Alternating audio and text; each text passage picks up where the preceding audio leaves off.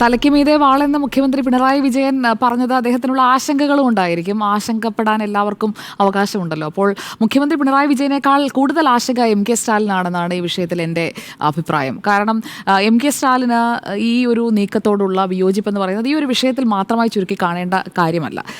MK സ്റ്റാലിന് ഇനിയും അങ്ങോട്ട് NDAയുടെ ഭരണം തുടരുക എന്ന് പറയുന്നത് ഇപ്പോൾ തന്നെ പൊറുതിമുട്ടിയിരിക്കുകയാണ്. ഇനിയിപ്പോൾ അങ്ങോട്ട് തുടരുക എന്ന് പറയുന്നത് ചിന്തിക്കാൻ കഴിയാത്ത ഒരു സാഹചര്യമുണ്ട്. മാത്രമല്ല തമിഴ്നാട്ടിൽ അദ്ദേഹത്തിന്, ഞാൻ കഴിഞ്ഞ ചർച്ചയിലും പറഞ്ഞതാണ്, തമിഴ്നാട്ടിൽ അദ്ദേഹത്തിൻ്റെ നിലനിൽപ്പ്, DMKയുടെ നിലനിൽപ്പ് എന്ന് പറയുന്ന അത്രയ്ക്കൊരു ഈസി വോക്ക് ഓവറിലേക്ക് വരുമോ? പ്രത്യേകിച്ചും വിജയുടെ അടക്കം എൻട്രി വന്നതിന് ശേഷം എങ്ങനെയാണ് തമിഴ്നാട്ടിലെ വോട്ട് ബേസിൽ ഇളക്കം തട്ടാൻ പോവുക എന്നത് ഒരു ആശങ്കയായി തന്നെ സ്റ്റാലിൻ അവിടെ നിൽക്കുന്നുണ്ട് എന്നത് തമിഴ് രാഷ്ട്രീയത്തിൽ നിൽക്കുന്ന ഒരു പ്രശ്നമാണ്.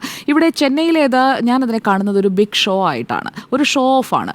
ഇന്ത്യ മുന്നണിയുടെ രൂപീകരണ വേളയിൽ നമ്മൾ കണ്ട അതേപോലെയുള്ള ഒരു ഷോ ഓഫ് ആണ്. പിന്നീട് ഇന്ത്യ മുന്നണിക്ക് എന്താണ് സംഭവിച്ചത്? 5 സംസ്ഥാനങ്ങളിലെ തെരഞ്ഞെടുപ്പ് വന്നപ്പോൾ ഇന്ത്യ മുന്നണി എവിടെയായിരുന്നു എന്നതൊക്കെ 2023 നമ്മൾ കണ്ടതാണ്. 2024 തെരഞ്ഞെടുപ്പ് നടക്കുന്നതിന് തൊട്ട് തലേവർഷം 2023 ഈ ഇന്ത്യ മുന്നണിയുടെ രൂപീകരണം, ആദ്യത്തെ യോഗം, സമാന്തരമായി NDA ഉടനെ വേറെ യോഗം വിളിക്കുന്നു. അപ്പോൾ ഇന്ത്യ മുന്നണിയുടെ ആ ഫസ്റ്റ് ഷോ ഓഫ് പോലെ തന്നെയാണ് ഇന്നത്തെ ഈ ചെന്നൈ യോഗവും അവസാനിച്ചിരിക്കുന്നത് എന്ന് വേണം മനസ്സിലാക്കാൻ. കാരണം ബിഗ് ഹെഡ്ലൈൻസ് ഉണ്ടാക്കാൻ പറ്റുന്നു. അതുപോലെ തന്നെ മുഖ്യമന്ത്രിമാർ ഒന്നിച്ച് നിൽക്കുന്നത്, പിണറായി വിജയൻ്റെ ഈ ഒരു കോട്ട് തന്നെ, ഡെമോക്രസിൻ്റെ വാൾ എന്ന് പറയുന്നത് തന്നെ എല്ലായിടങ്ങളിലും പ്രധാനമായും സൗണ്ട് ബൈറ്റ്സായി വരുന്നു. അങ്ങനെ അത് ഒരു ഷോ എന്ന രീതിയിൽ അത് സക്സസ്ഫുൾ ആയിട്ടുണ്ട് എന്നതാണ്.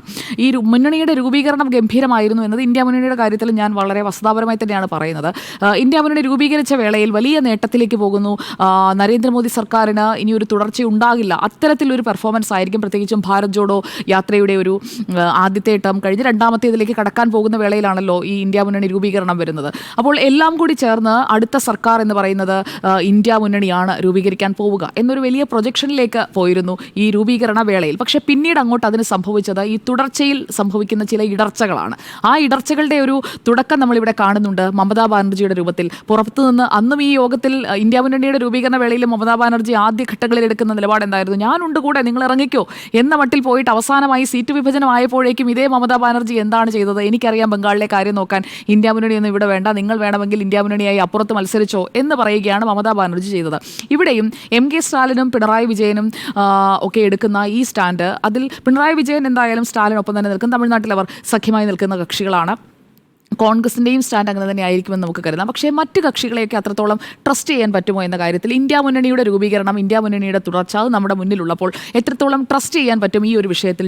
ഡീലിമിറ്റേഷൻ പ്രോസസ്സിൽ പ്രത്യേകമായുള്ള ചർച്ചകളൊക്കെ നടക്കുന്ന വേളയിൽ എത്രത്തോളം ഇവരെ ട്രസ്റ്റ് ചെയ്യാൻ പറ്റും? ആ ട്രസ്റ്റ് ഇഷ്യൂസ് ഈ കൂട്ടായ്മയിലും ഉണ്ടാകില്ലേ എന്നൊരു ചോദ്യം അവിടെ നിൽക്കുന്നുണ്ട്. ഇവിടെ ഈ നോർത്ത് സൗത്ത് ഡിവൈഡ് അതാണ് ഉദ്ദേശിക്കുന്നതെങ്കിൽ അത് ഒരു തരത്തിലും അംഗീകരിച്ച് തരാൻ ഇപ്പോൾ രാജ്യം ഭരിക്കുന്ന പാർട്ടി എന്തായാലും സമ്മതിച്ച് തരില്ല എന്നുള്ളതും വ്യക്തമാണ്. അപ്പോൾ ഈ നോർത്ത് സൗത്ത് ഡിവൈഡ് അല്ലെങ്കിൽ സൗത്തിന് പ്രാധാന്യം കുറയുന്നു, സൗത്ത് ഇവിടെ വളരെ നന്നായി ജനസംഖ്യാ അടിസ്ഥാനത്തിൽ ജനസംഖ്യാ നിയന്ത്രണം നടപ്പാക്കിയ വളരെ വെൽ എക്വിപ്ഡായി നിൽക്കുന്ന സംസ്ഥാനങ്ങളാണ്. രാജ്യം മുഴുവൻ എന്തുകൊണ്ട് കൃത്യമായി ജനസംഖ്യാ നിയന്ത്രണം നടപ്പാക്കിയില്ല എന്ന ചോദ്യങ്ങളൊക്കെ വളരെ ആയിരിക്കും ട്രീറ്റ് ചെയ്യപ്പെടുക. അതിനൊന്നും അത്രയ്ക്ക് വെയിറ്റേജ് കിട്ടുമെന്ന് ഞാൻ കരുതുന്നില്ല.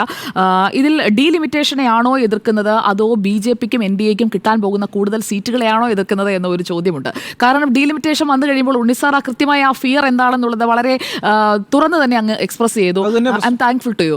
കാരണം ഞാൻ പറയാൻ വന്നതും അത് തന്നെയാണ്. കാരണം BJPക്ക് അല്ലെങ്കിൽ NDAക്ക് ഈ രീതിയിൽ സീറ്റ് എണ്ണം കൂടുമ്പോഴേക്കും അതിൻ്റെ കൂടുതലും ലാർജർ ചങ്ക് എന്ന് പറയുന്നത് പോകാൻ പോകുന്നത് NDAയിലേക്കോ BJPയിലേക്കോ ആണ്. തൂത്തുവാരുന്നു എന്ന് നമ്മൾ ഗുജറാത്തിൽ, മധ്യപ്രദേശിൽ ഒക്കെ പറയുന്നത് പോലെ UPയിൽ ഇപ്പോൾ ഒരു തവണ പോയി എന്നേ ഉള്ളൂ. അടുത്ത തവണ അത് തിരിച്ച് അതേപടി തന്നെ വരും. അതിനുള്ള ഓപ്പറേഷൻസ് ഒക്കെ ഇതിനകം തന്നെ അവർ നടത്തി കഴിഞ്ഞു. മഹാരാഷ്ട്രയിൽ കണ്ടല്ലോ എത്ര ക്ലവറായിട്ടാണ് എക്സിക്യൂട്ട് ചെയ്തതെന്ന്. ഹരിയാനയിൽ കണ്ടല്ലോ നിയമസഭാ തെരഞ്ഞെടുപ്പിൽ എത്ര ക്ലവറായിട്ടാണ് എക്സിക്യൂട്ട് ചെയ്തതെന്ന്. മറുഭാഗത്ത് ജയിച്ചു, അധികാരത്തിനായി അവിടെ വന്ന് മന്ത്രിസഭ രൂപീകരിക്കാനായി വിമാനം പിടിച്ച് KC വേണുഗോപാൽ അവിടെ ഇറങ്ങുന്നതിന് മുൻപ് തന്നെ മന്ത്രിസഭ BJP എടുത്തു.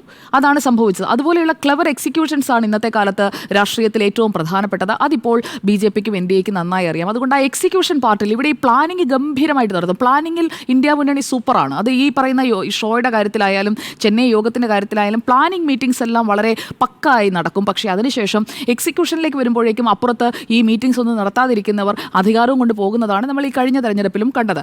ഇവിടെ ഈ കൂടുതൽ സീറ്റ് കിട്ടുന്നതിനെ അവർ ഭയന്നിട്ട് കാര്യമില്ല. ഡീലിമിറ്റേഷൻ വരികയാണ് എന്നുണ്ടെങ്കിൽ കൂടുതൽ സീറ്റ് എണ്ണത്തിലേക്ക് 848 888 കസേരകൾ വരെ അവിടെ എന്തായാലും ഇട്ടിട്ടുണ്ട്. അപ്പോൾ 848 പോകുന്നതെങ്കിൽ അതിൻ്റെ ഭൂരിഭാഗവും സ്വന്തമാക്കാൻ കഴിയുന്ന തരത്തിൽ തന്നെ ആയിരിക്കും ഈ ഡീലിമിറ്റേഷൻ എന്നതും നമ്മൾ മനസ്സിലാക്കേണ്ട ഒരു കാര്യമാണ്. ഇവിടെ ഒറ്റ കാര്യമേ എനിക്കൊരു പോയിന്റായി മുന്നോട്ട് വെക്കാനായിട്ടുള്ളൂ. നമ്മളിപ്പോൾ നടക്കുന്ന ഈ ചർച്ച, ഈ ഡിബേറ്റ്സ്, ഇപ്പോൾ ചെന്നൈയിൽ നടന്ന യോഗത്തിലെ റെസൊല്യൂഷൻ, അതുപോലെ തന്നെ അവിടെ ഒരു JSC അവർ ഉണ്ടാക്കുകയാണ്. ആ JSC തീരുമാനങ്ങൾ എടുക്കാൻ ചുമതലപ്പെടുത്തുന്നു. കനിമൊഴി വന്ന് ബ്രീഫിംഗ് നടത്തുന്നു. അടുത്ത മീറ്റിംഗ് ഹൈദരാബാദിൽ ഷെഡ്യൂൾ ചെയ്യുന്നു. പക്ഷേ എന്തിലാണ് അവരിപ്പോൾ ചർച്ച ചെയ്തുകൊണ്ടിരിക്കുന്നത്? ഏതെങ്കിലും തരത്തിൽ ഒരു ആക്ട് കൊണ്ടുവരുന്നതിനെക്കുറിച്ച്, ഒരു ആക്ടിൻ്റെ കരട് രൂപം അല്ലെങ്കിൽ ഭരണഘടനയിൽ വരുത്താൻ പോകുന്ന ഒരു അമെൻമെൻറ്റ് എന്തിനെക്കുറിച്ചെങ്കിലും കേന്ദ്ര സർക്കാർ ഇതിനകം തന്നെ പ്രപ്പോസ് ചെയ്യുകയെങ്കിലും ചെയ്തോ? ഒന്നും ഉണ്ടായിട്ടില്ല.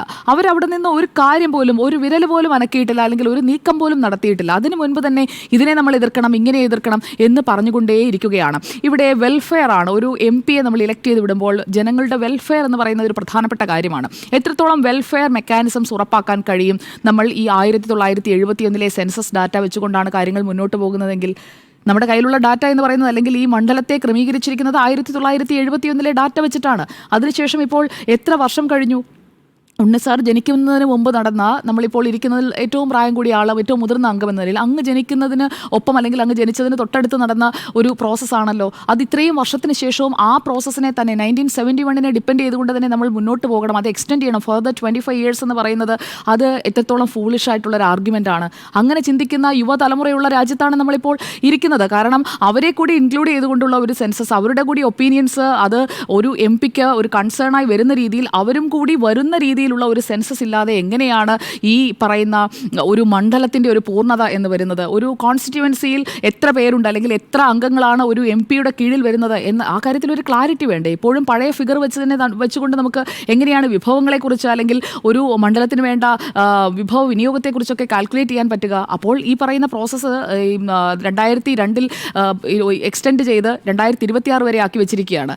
അത് ഇനിയും 25 വർഷം എക്സ്റ്റെൻഡ് ചെയ്യുക എന്ന് പറഞ്ഞു കഴിഞ്ഞാൽ ഇവർ എന്താണ് ഉദ്ദേശിക്കുന്നത് എന്നത് സ്റ്റാലിൻ ഒരു ക്ലാരിറ്റി വരുത്തണം. അത് ആളുകൾക്ക് പെട്ടെന്ന് മനസ്സിലാകുന്ന, അല്ലെങ്കിൽ അങ്ങനെ ഒരു 25 വർഷം കൂടി എക്സ്റ്റൻഷൻ കൊടുക്കാൻ കഴിയുന്ന രീതിയിലാണ് ഇപ്പോഴത്തെ ഭരണഘടനയിലെ പ്രൊവിഷൻസ് എന്ന് ഞാൻ കരുതുന്നില്ല. പുതിയ ആക്ട് തയ്യാറായിട്ടില്ല എന്നത് ഒരു ഭാഗത്ത്. ഇനിയും ഒരു 25 വർഷം കൂടി എക്സ്റ്റൻഷൻ എന്ന് പറയുന്നത് എത്രത്തോളം നിലനിൽക്കുന്ന ഒരു വാദമാണ് എന്നത് രണ്ടാമത്തെ കാര്യം. അങ്ങനെ ഒരു അൺനെസസറി ഡിസ്കഷൻസ് ആണ് ഇപ്പോൾ തുടങ്ങി വെച്ചിരിക്കുന്നത്. പക്ഷേ for the sake of it നമുക്ക് അതേക്കുറിച്ച് തന്നെ ഡിബേറ്റ് ചെയ്യാം. ഈ സെൻസസ് എന്നാണ് നടത്തുക, അല്ലെങ്കിൽ ഇനി ഒരു സെൻസസ് ഇപ്പോൾ ഈ വർഷം അല്ലെങ്കിൽ അടുത്ത വർഷം നടത്താൻ പോകുന്നുണ്ടോ എന്ന കാര്യത്തിൽ പോലും ജയറാം അടക്കം പ്രതികരിക്കുന്നത് നമ്മൾ കണ്ടിരുന്നല്ലോ. ഈ സെൻസസിനെ കുറിച്ച്, അല്ലെങ്കിൽ നിങ്ങൾ എങ്ങനെയാണ് ഈ ജനസംഖ്യാ കണക്കെടുപ്പ് നടത്താൻ പോകുന്നത്, 4 വർഷം എടുക്കില്ലേ പ്രോസസ്സിന് എന്നൊക്കെ പറഞ്ഞുകൊണ്ട് സെൻസസിനെ കുറിച്ചുള്ള ഡിബേറ്റാണ് അദ്ദേഹം തുടങ്ങി വെച്ചിരിക്കുന്നത്. അത് വളരെ സെൻസിബിൾ ആയിട്ടുള്ളൊരു കാര്യമായിട്ടാണ് എനിക്ക് തോന്നിയത്. കാരണം എപ്പോഴാണ് ഈ കണക്കെടുപ്പ് നടക്കുക എന്നതറിയാനും രാജ്യത്തെ ജനങ്ങൾക്ക് അവകാശമുണ്ട്. അതേക്കുറിച്ചും ഇതുവരെ കേന്ദ്ര സർക്കാർ ഓപ്പൺ അപ്പ് ചെയ്തിട്ടില്ല. അപ്പോൾ ഈ ഫ്രീസ് 25 വർഷം കൂടി വേണം എന്നുള്ള വാദം നിലനിൽക്കില്ല എന്നതാണ് ഞാൻ മനസ്സിലാക്കുന്നത്. അതോടൊപ്പം തന്നെ വനിതാ സംവരണ നിയമം പാസ്സാക്കിയിട്ടുണ്ട്. വനിതാ സംവരണ നിയമം പാസ്സാക്കിയതിന് ശേഷം മണ്ഡലങ്ങളിൽ ആ രീതിയിലുള്ള വനിതാ സംവരണ നിയമം അനുസരിച്ചുകൊണ്ടുള്ള പ്രാതിനിധ്യം വനിതകൾക്ക് വേണം എന്നതുകൂടി നമ്മൾ ആലോചിക്കേണ്ടതല്ലേ? അതേക്കുറിച്ചല്ലേ ചർച്ചകൾ നടക്കേണ്ടത്? വനിതാ സംവരണ നിയമത്തെക്കുറിച്ച്, അതനുസരിച്ച് തങ്ങളുടെ പാർട്ടികളിൽ പ്രാതിനിധ്യം കൊടുക്കുമോ എന്നതിനെക്കുറിച്ച് ഒന്നും ഈ പറയുന്ന JSC രൂപീകരിക്കുന്ന ആളുകൾ ചർച്ച ചെയ്യുന്നില്ല. DMK-യിൽ എത്ര സീറ്റ് നീക്കിവെക്കും, CPIM-ൽ എത്ര സീറ്റ് നീക്കിവെക്കും, അതേക്കുറിച്ചൊന്നും ചർച്ച ചെയ്യാൻ പോലും, ഓപ്പൺ ചെയ്യാൻ പോലും അവർ തയ്യാറല്ല. പാസ്സായ നിയമമാണ് വനിതാ സംവരണ നിയമം. ഇവിടെ പാസ്സാകാത്ത, ഇൻട്രൊഡ്യൂസ് ചെയ്യാത്ത ഒരു ആക്ടിനെ കുറിച്ച്, ഓപ്പൺ അപ്പ് ചെയ്യാത്ത ഒരു വിഷയത്തെക്കുറിച്ചുള്ള ഡിസ്കഷൻസ് നടത്താൻ അവർക്കൊരു യോഗം ചേരാം. പക്ഷേ വനിതാ സംവരണ നിയമം അനുസരിച്ച് എൻ്റെ പാർട്ടിയിൽ ഇപ്പോൾ കേന്ദ്ര കമ്മിറ്റിയിലും അതുപോലെ തന്നെ സെക്രട്ടേറിയറ്റിലും ഒക്കെ എത്ര വനിതയാണ് ഉള്ളതെന്ന് നമ്മൾ നേരത്തെ പല ചർച്ചകളിലും ചോദിച്ചതാണ്. എൻ്റെ പാർട്ടിയിൽ ഞാൻ ഇത്ര വനിതകൾക്ക് വനിതാ സംവരണ നിയമം അനുസരിച്ച് ഇത്ര പേർക്ക് ഞാൻ കൊടുക്കും സീറ്റ് എന്നത് പറയാൻ പോലും ഈ ഡെമോക്രസീസിൻ്റെ വാളിന് കഴിയുന്നില്ലല്ലോ. അപ്പോൾ UCC, വഖഫ് ബിൽ, ഇതൊക്കെ ഇൻട്രൊഡ്യൂസ് ചെയ്യാൻ പോവുകയാണ്. അപ്പോൾ അതിന് മുമ്പായിട്ടുള്ളൊരു കൂട്ടായ്മ രൂപീകരണം, അതാണ് ഇവിടെ സംഭവിച്ചിരിക്കുന്നത് എന്നാണ് ഞാൻ മനസ്സിലാക്കുന്നത്. ഇപ്പോൾ ഈ വിഷയത്തിൽ ഒരു കാര്യം കൂടി പറഞ്ഞ് ഞാൻ അവസാനിപ്പിക്കാം. ഈ ഹൈദരാബാദിലാണല്ലോ അടുത്ത കോൺക്ലേവ് നടക്കാൻ പോകുന്നത്. അതിൽ BJD ഒക്കെ ഉണ്ടാകുമോ എന്നുള്ളത് നമുക്ക് കാത്തിരുന്ന് കാണാം.